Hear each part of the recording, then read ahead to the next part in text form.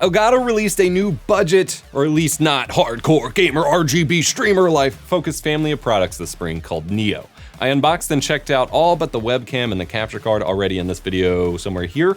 Today we're putting the Game Capture Neo to the test. It sits in an awkward spot, and I'm not sure how I feel about it. This is a very basic capture card. It's kind of a soft reset of sorts for the entry-level game capture from Elgato. Specs-wise, Game Capture Neo can pass through 4K 60, 1080p in 60 or 120Hz, 1440p 60, all in SDR or HDR. But nothing better than that. No HDMI 2.1 4K 120 pass-through, not even 1440p 120Hz or 144Hz pass-through.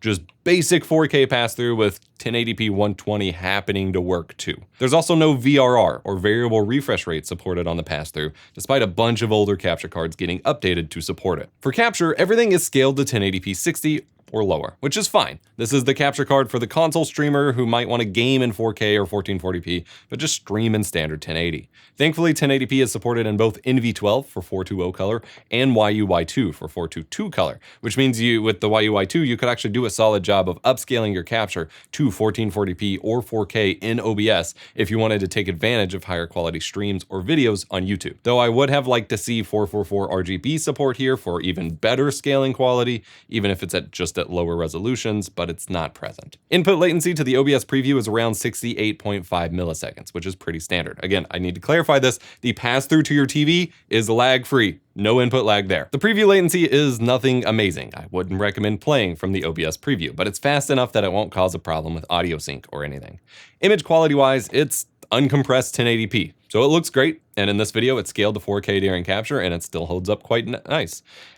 It's about as good as it gets for the format, no complaints. Testing oddball captures with the Game Capture Neo, it worked fine with the RetroTink 4K for retro game captures, just scaled back to 1080, and it worked fine with both the RetroTink 5X and the RetroGem for PS2 for both 480p input, and it even passed through and captured the 1920 by 1440p scaled mode, which is scaled back to 1080p and will require an aspect ratio correction filter in OBS as usual. I did not expect that to work, as it often doesn't on USB cards, so I was very stoked to see it working here without any hiccups. This card worked fine for the PS5, though HDR to SDR tone mapping came out a little dark, but that might be due to how I calibrate HDR for my system and TV.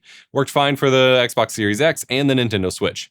PC was not a good time. It worked, but again, only basic 4K 60, 1440p 60, or 1080p 120 is supported, but with no variable refresh rate support, screen tearing runs wild.